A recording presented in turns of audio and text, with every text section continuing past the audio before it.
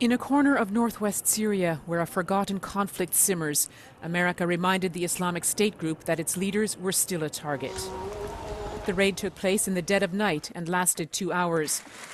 U.S. Special Forces landed in helicopters near the home of the IS leader, Haji Abdullah. Those close by described a night of terror.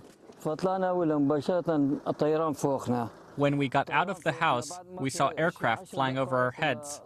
And after 10 minutes, we heard them shouting, "Give yourself up. The house is surrounded."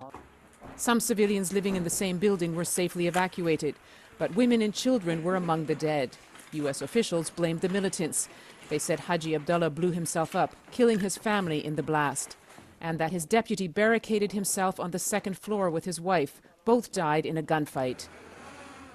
U.S. forces were expecting the suicide bombing. It's happened before when a militant leader is cornered. As our troops approached to capture the terrorist, in a final act of desperate cowardness, he, with no regard to the lives of his own family or others in the building, he chose to blow himself up, not just to the vest, but to blow up that third floor, rather than face justice for the crimes he has committed, taking several members of his family with him, just as his predecessor did.